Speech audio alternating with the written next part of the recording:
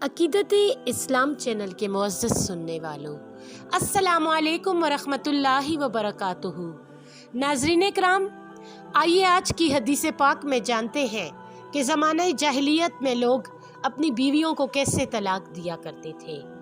बीबी आयशा सदीक़ा रज़ी अल्लाह ताला अन्हुमा से रिवायत है कि ज़माने जाहिलियत में कोई शख्स अपनी बीवी को जितनी बार चाहता तलाकें दे देता और फिर इद्दत के दौरान रुजू कर लेता तो वो इसकी बीवी रहती, अगरचे इसने 100 बार या इससे ज़्यादा मर्तबा तलाकें ही क्यों ना दी होती।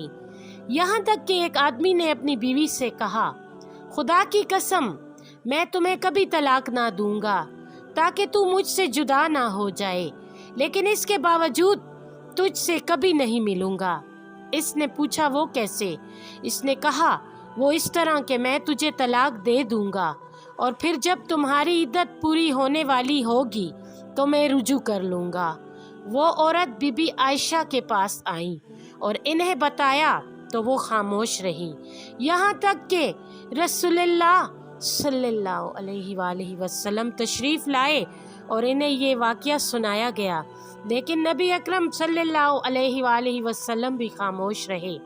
फिर ये आयत नाजिल हुई, अत्तलाक़ु मर्रताने, तलाक 2 ही मर्तबा है, इसके बाद या तो कायदे के मुताबिक रख लो या एहसन तरीके से छोड़ दो।